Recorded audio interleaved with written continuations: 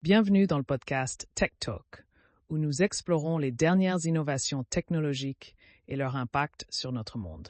Aujourd'hui, nous plongeons dans le fascinant univers des modèles de langage avec le Dr. Alex Rivera, chercheur éminent chez Microsoft. Dr. Rivera, merci de nous rejoindre. Merci de Madame Verité.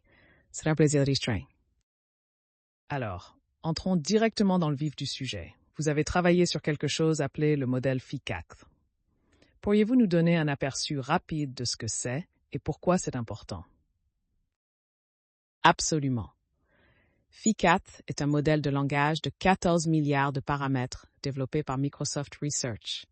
Il mise sur la qualité des données en utilisant des données synthétiques.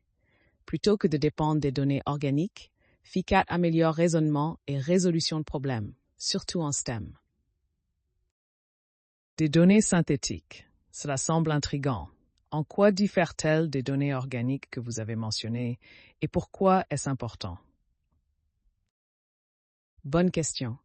Les données synthétiques sont générées par nous, pas prises du web.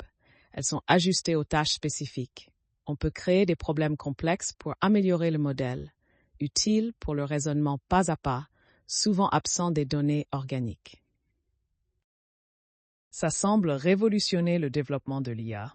Pouvez-vous nous donner un exemple de l'utilisation des données synthétiques dans FICAC? Bien sûr. Nous utilisons le multi-agent prompting, simulant des interactions entre agents IA pour générer des données. Par exemple, une conversation sur un problème complexe pour entraîner le modèle.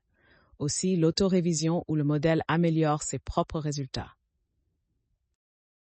On dirait que FICAT fait un travail sérieux en matière de raisonnement. Comment cela se traduit-il dans des applications réelles, notamment en entreprise? En entreprise, ses capacités sont précieuses. En finance, FICAT analyse des données complexes pour des prédictions. En santé, il aide à diagnostiquer via les données patients. Tout domaine exigeant une analyse poussée bénéficie du raisonnement amélioré de FICAT. C'est impressionnant. Mais je suis curieux. Quels sont les défis ou limitations auxquels vous avez fait face avec FICAC?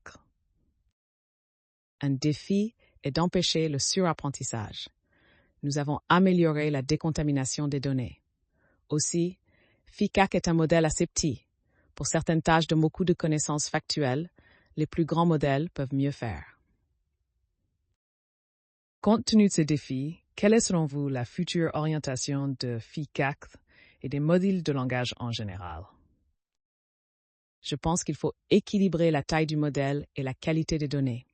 FICAT montre que de bonnes données rivalisent avec l'augmentation de taille. Autre voie, intégrer ces modèles à des données temps réel pour réduire les hallucinations factuelles, rendant l'IA plus fiable.